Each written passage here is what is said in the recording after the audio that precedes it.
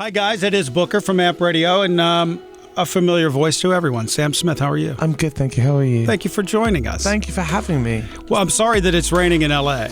It's all right. I've been here for 2 weeks. I've got some good weather. Yeah? Yeah. Do you live here now because you wrote your recent song with Normani here, or is that just work? I have a house here, and I'm spending more time here than I ever have, yeah. But I don't live here. Mm-hmm. I would still say I live in London. Okay. Yeah. Is it hard to write music here as opposed to London for a guy that's sort of a... Miserable? Okay. Sam said it, not... No. I used to not be able to write in LA because of the weather. But I love it now. For some reason, something's shifted and changed, and I really enjoy writing here. It's nice. Is this going to be a segue to more dance music from Sam Smith? Maybe. Definitely some more music that's up tempo and not as serious. I think I'm trying to be less serious with the new record. Yeah. I feel that you're this generation's George Michael, and George kind of did all of that, and it's nice to see you getting into dance music. I think we spoke before, and you said, nope, that's not for me, but something sort of changed. That's a huge compliment. I after bringing out the Calvin song, which happened so naturally, you know, me and him getting in the room, it kind of just brought back that fire that I have for dance music and more up-tempo music. And yes, George Michael is an idol of mine. I'll always be looking up to him and always be trying and failing to create something just as great as he did. Yeah. When you're touring and talking about, you know, what you do, because it's just you up there with the microphone, maybe some backing singing at times, but mostly it's just you. So is it going to be more fun to present the audience with a little bit of moving, and will it be more fun for you? Oh, completely, yeah. Do you know what, the last tour was so beautiful and special, and but the next tour it's going to be very different. Each time it's going to be different, but I have so much fun on stage, you know. I am alone on stage in some way, but my band and my backing singers and everyone, we're such a unit. We have so much fun every single night. Are we going as far as choreography or anything like that with you? No. No? Maybe a little bit of voguing, you know.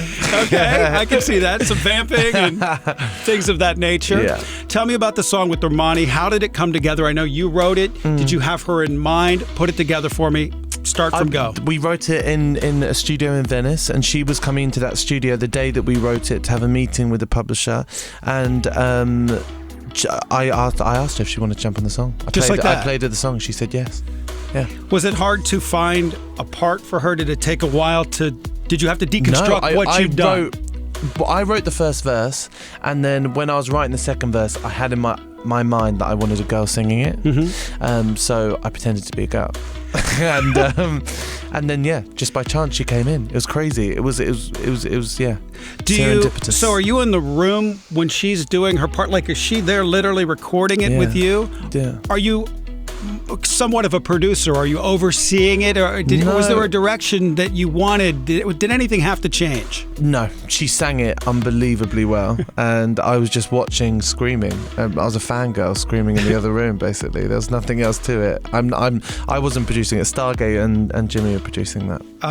Did you know immediately? Did you go, you know, this is something? This is radio. This is kind of something that's going to be pushed out there. Did you first listen? You probably know by now. Did you know? Yeah, something felt really, really good about it. But do you know what? I never know.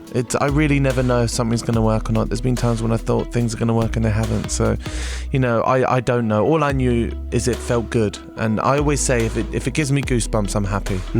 Tell me about her. She is sensational. She's such an incredibly hard worker, which I find very inspiring. Her dancing is out of control. She's so good at dancing. Being on the video shoot with her, watching her dancing was just incredible.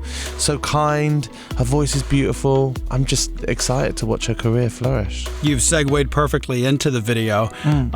Watching that baby come together must have been fun, and especially seeing what she does bring to it. She is completely quite remarkable. There's no other way to put it in that video. No, she really is. She's wonderful, and she spent a lot of time rehearsing and getting it right. That video was just a joy to make. Actually, it was a guy called Vaughn who he's done some of the most iconic videos you can ever imagine. All the Spice Girls videos, all of George Michael's videos, all of Robbie Williams videos, and just working with him was a real honor. It's got a little bit of that freedom vibe to it, you know. I'm sure you love the crap out of that. I know I do. Me too. I'm the biggest George Michael fan. What have you been doing with your time outside of the business? Have you been? Is it exercise? Is it what's your thing outside of music when you unplug?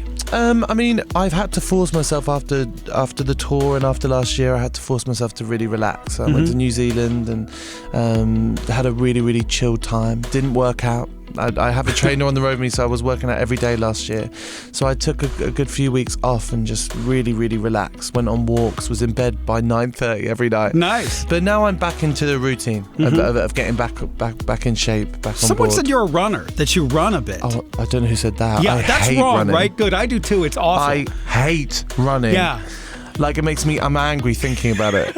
I actually went on a run in New Zealand. I went on a run in New Zealand for the first time in a long time, and I went without my earphones. I was an angry person at the end of it. It's not fun being out of breath. It isn't. It's never going to be fun. But I do enjoy working out, like body weight stuff. And I think I would freak out seeing you running down the side of a road. I think I'd be like, Sam Smith, that's kind of weird. Do you know what? The only good thing about it is if someone asks me for a picture when I'm running, I could be like, I'm sorry, no, I'm running. away from you. Do you know what I mean? So. In another direction.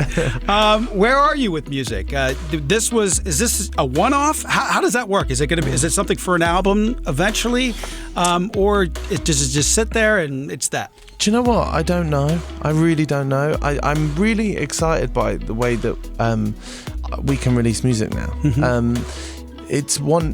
I love making albums, but sometimes I've felt pressure to make an album when I don't necessarily have something to say in the form of an album. I think it's really beautiful the fact that Dance with a Stranger was about one thing that I was feeling 4 or 5 months ago, and it was out. 4 months after releasing it, it was in the world, and that to me is really, really special. You know, it actually makes the song mean more, and it's fresher because it's what I'm going through right now.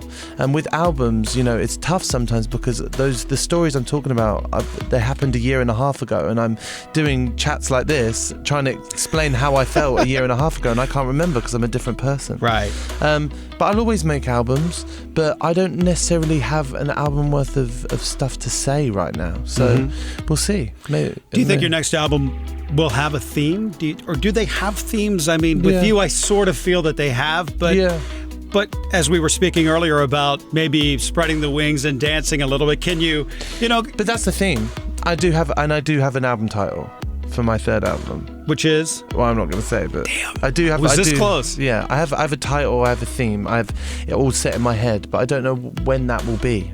You know, but right now I'm writing so much out here, and I'm feeling really free. I love pop music so much. I always have, and I'm really starting to make it in such a fun, organic way with some of the most amazing pop writers in the world. It's wonderful, actually. I feel closer to my fans more than ever. I feel complete freedom to release music whenever I want to and add to my catalogue, and that is the most important thing, is your catalogue of music. You know, I want to be like Elton John when I'm 72 years old. You know, that's the dream.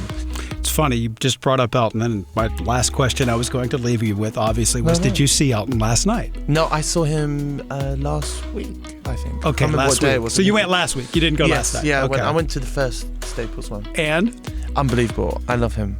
He's one of my favourite people in the world. Yeah. And you're friendly with him. Yeah, we're friends. What's that like? It's great. He gives me advice all the time. You know, whenever I'm feeling a bit low about stuff, I'll message him and he'll give me advice. And it's advice that I'll never forget. It's incredible. And he's so kind. David's so kind.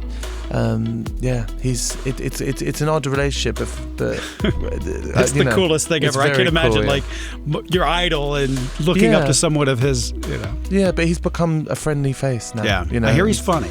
He's very, very funny. He cracks me up. Very dry. filthy. That's what I'd heard. Just like me. I won't take any more of your time. I will just thank you and praise you. I'm a fan. We're a fan. It's so cool to have you up here. Thank you for giving us a couple of minutes. And Sam Smith on Amp Radio and ampradio.com. Thank you for having me again. Thank you, Sam.